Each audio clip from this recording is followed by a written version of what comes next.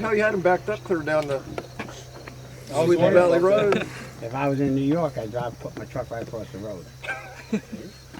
Did you hear that truck beeping the horn at me? Dan had a little sign language going between a few drivers. One driver. I gave him the finger. You did? Yeah. That's probably the one that was beeping at me. No, it was in a little red car. Oh, what was he doing? He was doing 60 miles an hour. Didn't slow down, didn't brake. I thought he was going to take you out. Hood ornament. He's Danny like, riding on the hood. if I was in New York, I took that dog chain as he come by, smack him and call a lawyer. Call a lawyer. Hey, be ready. Be ready. I got a great case. Guys hit me in the middle of the road. There's the marks of the chain.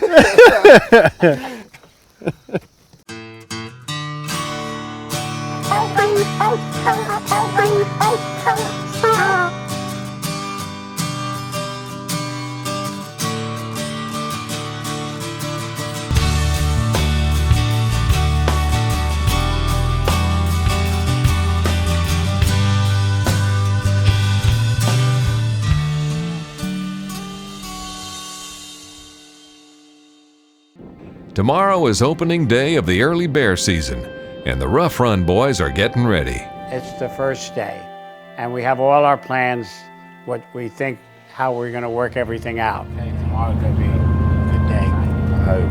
It's exciting the day before. As soon as we get out, we have certain places where we want to check, figuring the bear may be coming into the corn. We treat a bear back in training season. The bear wasn't very high. It was a big bear, probably 300 pounds. And when we walked into the tree, like I said, it was probably 10 feet off the ground. So we started calling him Big Nuts. Go up to Squiggy's and go in that cornfield where we're going now to check if there's been some activity. Oh yeah, I've heard big bear stories ever since I was a little kid. Jeff and Danny decide to visit the cornfield to check for any sign that Big Nuts is still around. Squiggy said there was a big place in the corn.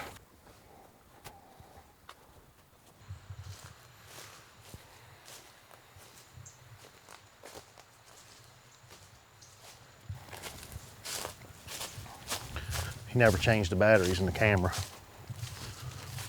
So What I'd like to do is take a couple dogs, just take one dog down through here, just see. yeah, just the way it looks. Oh yeah, okay. So you didn't see any? Did you see any place where he's been in the corn or what? Yeah, he's been in there. Okay. Within the last 24 hours? I'd say since Thursday.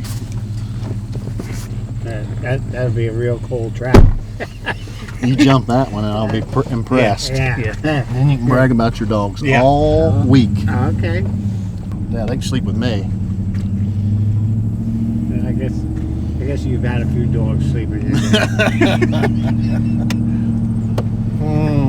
While Jeff, Danny, and Squiggy continue to scout for Big Nuts, John is at the shooting range. Just try to get the pre-hunting jitters out of my system. We went to the range. I brought two different guns with me, a 30-06 and a 30-30. And what I've tried to do is make sure that those guns are on, with a hunt like this where you got a potential to, you have an animal that can, hurt the dogs or hurt you. And, in the worst case situation, you always want to be ready. And, from a conservation standpoint, you want to make sure that your guns are on so you make an accurate and quick, clean kill. So shot both my guns at the range, didn't have to do any adjustments to them. The scopes are right on, real pleased, with the bullseyes, that I was hitting. So really excited about how that went. Down at the cornfield there at Bolton Road. So he's got a couple pictures of the bear there. So it's coming in at night, but we don't know if it's going to be there in the morning or whatever. So When's the last time you checked it? he has them on camera last night, like at 11 o'clock, 11, and just turn a couple old dogs loose and trail. And if they don't, then maybe somebody walk through, Danny or somebody walk through the cornfield or whatever. Yeah, See what happens. Which means we'll have to line the road up really good, the main road. That's where we've been getting the pictures of the big one. Mm-hmm. That's where the big one's been coming in. Yep. Yeah, but you got to figure out where is he going? Which way is he going? Is he going across the water? Is he going towards those houses and cutting through the fields? Or is he going back across the road? Yeah, if he's crossing the road, we're screwed. Well, a couple people saw him crossing the, you know what I mean? Crossing the highway. A bear in the cornfield can be tricky. First, there's a major highway running next to the cornfield, which can be dangerous when dogs are loose and on the run. Behind the cornfield is the Potomac River and the National Forest beyond. We are getting ready to run in a cornfield where we ran earlier in the year. We treated a big bear in here about a month ago, and we're going in. The guy has him on his deer trail camera coming through the corn, so we're going to go in this morning and try to jump him up the tree. You know what I mean? What was wrong with you this morning? Big Nuts was picked up on the trail camera right here in this thin strip of woods between the cornfield and the river. The boys begin their hunt there. Within seconds, without a doubt, all the dogs blow up when they get a whiff of old Big Nuts.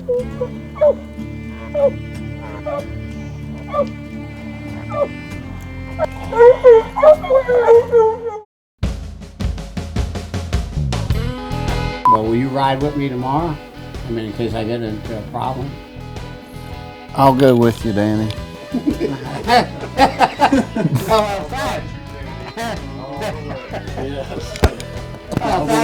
All the way to the bottom.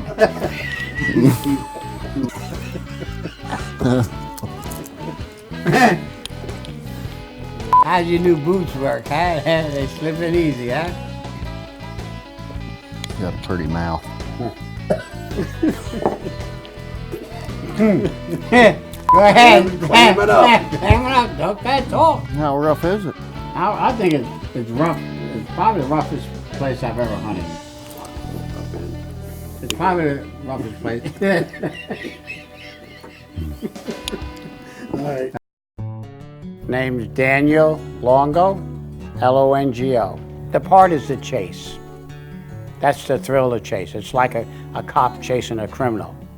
It's a high. Taking a bear and harvesting it, it's not a big deal.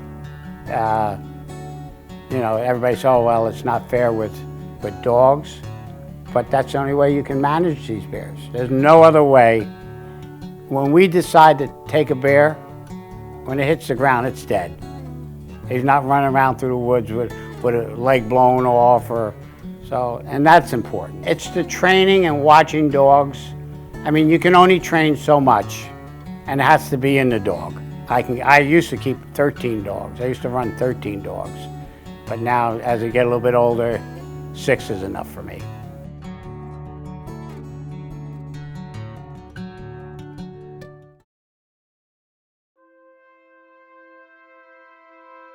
The Rough Run boys have pictures of a huge bear coming in and out of a local cornfield. When they finally get there, the dogs go crazy. Down here, whatever Rose is. The plan: Danny and Jeff will release some dogs along the edge of the cornfield next to the river. The rest of the guys line up along the highway to keep the dogs from running into the traffic if the bear crosses the road.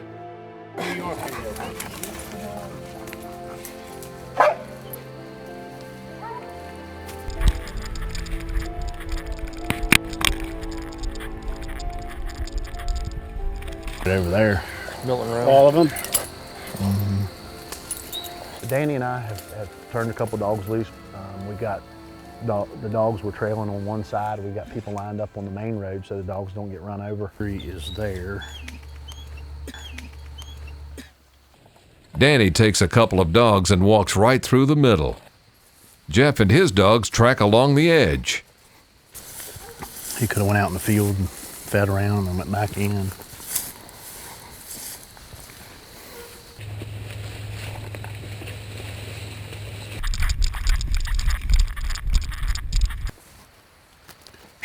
Come on, Jack. Come on, boy. Come on. Come on. Come on, boy. Come on. Get up there. Come on. Come on, girl, where's he at?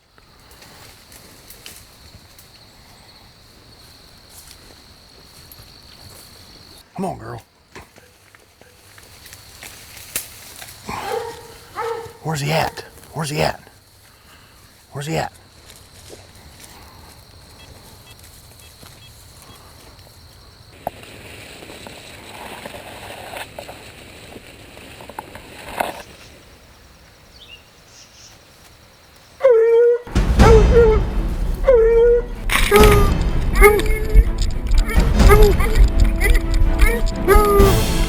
They're going across that field, looks like.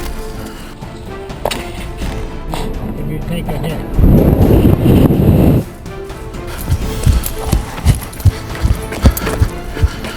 They're coming right toward Danny, actually.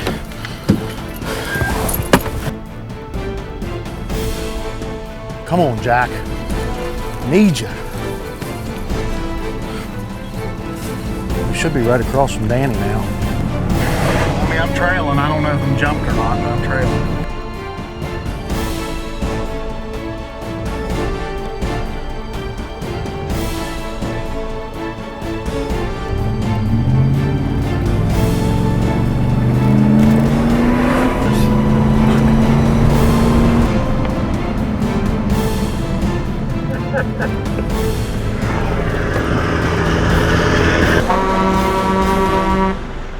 Where that truck tried to run over me.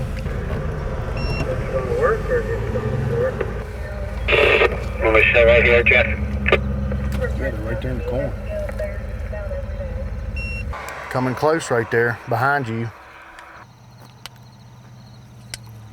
I'm about to go in the corner and see what's up. No, it sounds like they're moving away from me. They're heading down towards you. Okay. They're coming right down this damn draw right here.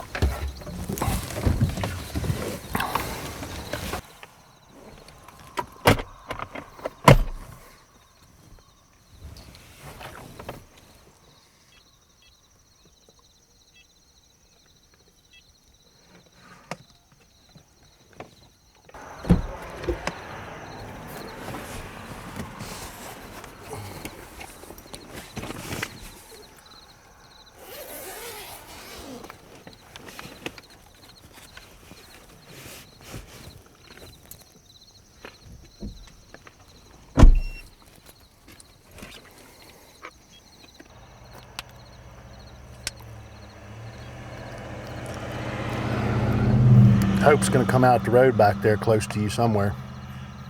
Her and Jack, I don't know, something happened right there. All right, something's not right. We have dogs trailing in the corn. Danny's on the road. We've got the road lined up and nothing's coming out. One deer ran out. The dogs aren't coming out on it, so I'm not sure what's going on. Okay. Are they barking good? Yeah, every breath. All right, well, they might be trying to cross this road. You better be ready. I see you. We're right down from you.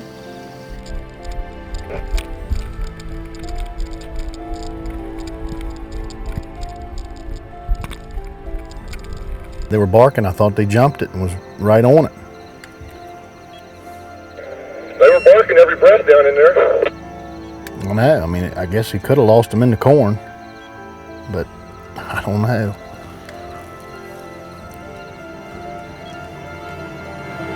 Without warning, the dogs start popping out of the corn with no bear in sight. That bear done crossed that road. Danny, right there in the road. The dogs just came out on the road. They were trailing, not really jumped. So they came out to the road and tried to cross the road, which is private property. We can't get on it, so I think that's where he's laying. And we can't go over there, so the hunt today's pretty much over.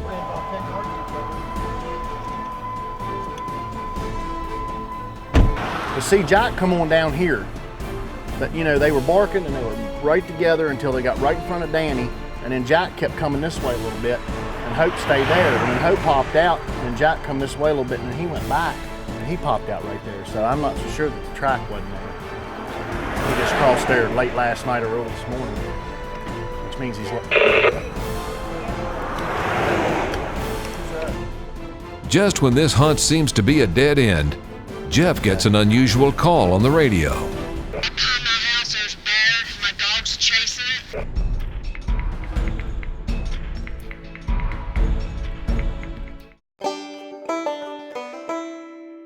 I typically go out, most of the time I'm the earliest one out, and I'll go out and try to find something to run, find a track, find a starting point, and then we all converge at that point. We get on the radios and try to get together. We'll spread people out in different areas to cover area, and then we'll get the dog people together, the dog men, and we'll either turn loose right there on the road, or if we really don't have a track at the road per se, then we'll take dogs and go off. We'll get other people kind of strategically placed in different areas, and then we'll decide which dogs we want to turn loose, and we'll turn them loose from that point, and then basically just start monitoring where they are with the GPS trackers. We typically put two different collars on a dog. One is we call them the old style or Amish trackers, because they're primitive, or primitive per se nowadays. I mean, 3 years ago they were the latest, greatest thing. And that signal never goes bad. I mean, the collars are 16,000 hour collars, so they'll last years and years. And you kill them every night that you're done hunting. The Garmin collars will actually specifically pinpoint a spot that they are. You can see exactly where the dog is all the time, see what he's doing. It'll show you if he's setting down, if he's running, if he's treeing, and then you just track his movement. And you have a monitor, a handheld monitor that we just watch like on a TV or computer screen. And then once the dogs, they may run for miles and miles, and then once they stop, all of them kind of bunch together, and then they'll start showing them treed. It'll say, Ghost is treed, Rider's treed. At that point, you pretty well know that the bear's treed. And then it becomes a question of getting around to a particular place where you can get as close as you can, and then you just walk in from there. And treeing a bear is basically finding a track, turn the dogs loose. They obviously chase from the scent, and then we typically will figure out that they've jumped the bear. So a bear is usually laying somewhere or walking around feeding. Once the dogs get close enough to where they actually see the bear, they jump the bear, and the bear hears them or whatever, and starts the progression of the chase picks up quite a bit. And so they'll start moving faster, and sometimes you can tell by the bark, that picks up. And then the dogs basically harass the bear enough to where he climbs up in a tree where he's safe, and he knows the dogs can't get to him. Once the bear's treed, we get people together, and we'll get, if someone wants to shoot the bear, we pick that person out. He'll bring a gun, and then 3 or 4 other houndsmen will go with him, and when we get to the tree, we see how big the bear is. If he's big enough for us to shoot, or someone wants to take him, then we tie the dogs back. We tie them back typically 5, 6, 8 feet away, just around different trees around the bear. Make sure the shooter gets a really good rest, really good shot, takes your time, and then they shoot the bear, and then that's it. Then the work starts. If we kill the bear, then obviously you have to have 2 or 3 guys lead dogs out, and then you have to have 2 or 3 guys dragging the bear. And the bear is the hardest thing there is to ever drag. I mean, it's not like dragging a deer. You take a 150-pound deer and a 150-pound bear, the bear will drag 10 times harder than the deer did. The legendary bear Big Nuts has just given the Rough Run boys the slip when an interesting call comes over the radio. Behind my house, there's a bear. My dog's chasing it. Long ago. It's only been about 5 minutes. Just as we come out of the cornfield, we just had a neighbor who said that there was a bear in her backyard. Yeah, sure. Okay. You have my permission. Okay. All right. We're going now. I'll get everybody together. So we're going to go up there. That's extremely, extremely lucky. She said the bear coming back to her back porch, her dog chased it up the hollow, so she's given us permission to go up there and run it. She wants it away from her house, so we're going to go up there and try that. So we're headed out. Mike Adams, Squiggy, and the neighbor boy William are the first to the house and get right on the track.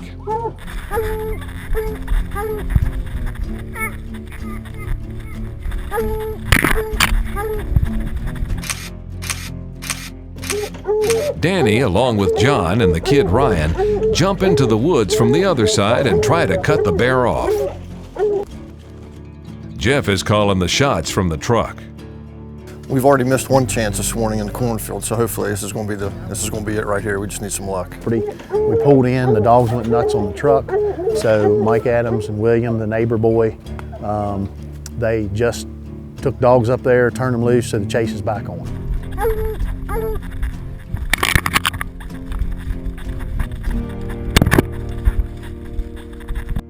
Are they barking good? Yeah. Jeff's brother Jimmy joins the chase. Just as quick, blows out a tire on his truck. Not to slow things down, he directs Danny on the quickest way to the top. Best way to get there now, from here, just go straight up this holler.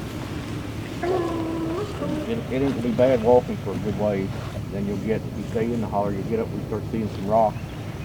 Either go straight up the holler through the rocks, that's a pretty tough climb. Yeah. Or start angling to the right and then angling from the right to the top. Eventually, if you go up, you either hit a road. If you hit it, depending on how you angle. If not, you'll get under some other rocks. And either find a way through them and follow them out the top, or just stay underneath them and follow them out that way.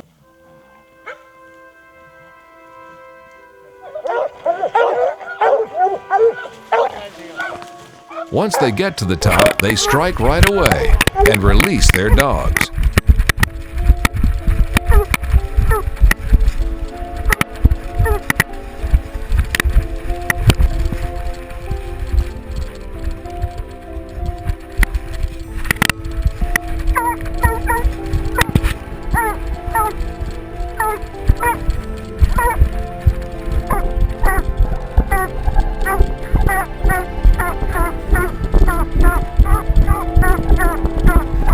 It worked out to be at Shorty's because we had permission on another piece of property, and Danny and John had taken his dogs in. And once we started the bear there at Shorty's, Danny's dogs kind of converged with ours.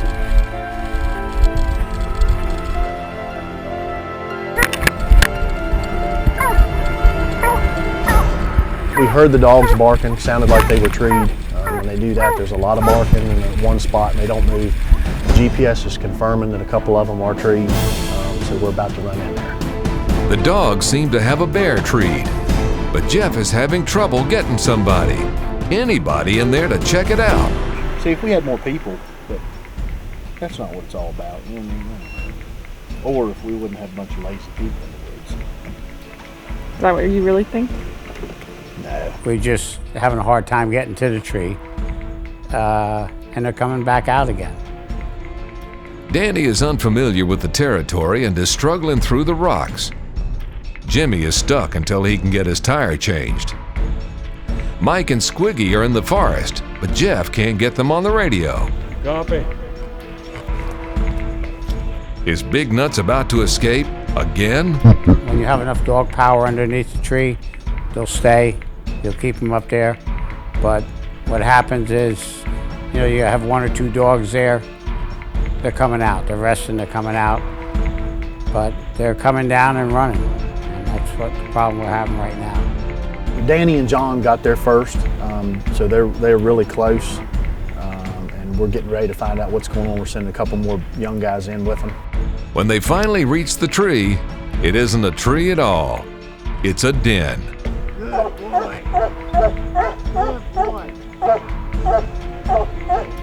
Yeah, I mean, what happens when a bear goes in a den? I mean, most people think of it as a big cave or something like you see on TV or something, but actually it could be just a conglomeration of rocks or even a log sticking out underneath the ground. If a bear can fit his head into a hole, he can get his whole body in there. So I mean, so they can crawl in spaces that a lot of times humans can't even get into. Yeah, as I was walking in, I could tell that the dogs weren't looking upstream. They were like they had them on the ground.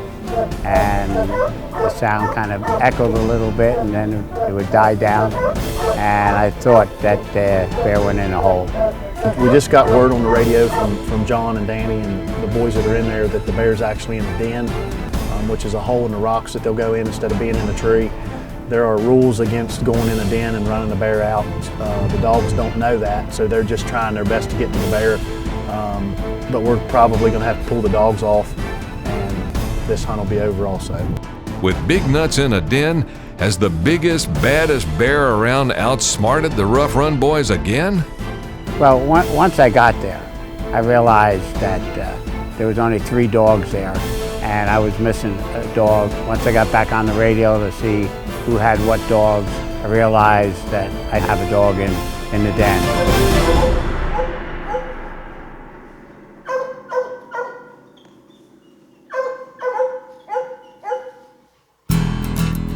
In 2 weeks, If you can't track them, you don't know if they're here, they're back there, or they're a mile out here.